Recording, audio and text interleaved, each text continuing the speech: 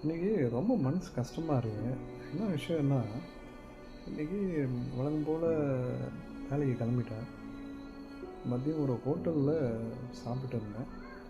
ஒருத்தர் நின்றுட்டு இருந்தார். நான் சாப்பிட்டு அவர்கிட்ட 1க்கு 2 முறை கூப்பிட்டேன். Sir excuse me excuse மீன்னு.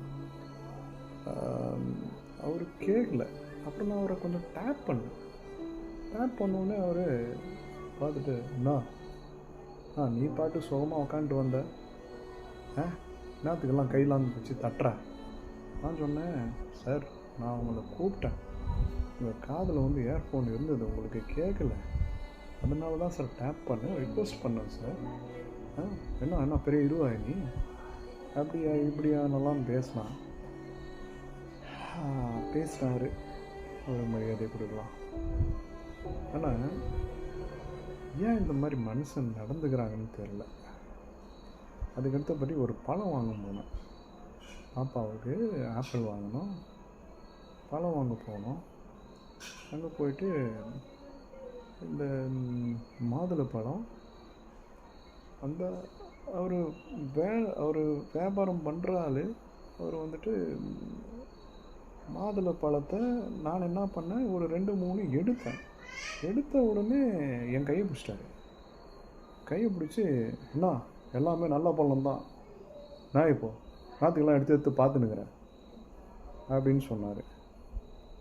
நான் சொன்னேன், அப்பா வாங்கிறதுக்கு வந்துக்கிறேன்ப்பா, கொஞ்சம் மரியாதையாக பேசு, நீ வாங்கினா வாங்க, வாங்காமட்டு போ. இதை நான் உங்ககிட்ட எதுக்கு பகிர்ந்துக்கிறேன்னாக்கா, நான் எதுவுமே சொல்ல விரும்பலை. தாழ்மையோடு நான் அப்படியே அதை வச்சுட்டு அப்படியே வந்தேன். டேய் டேய் டேய் அப்படின்னு சொல்லிட்டு அவர் திருப்பி என்னை கூப்பிட்டார்.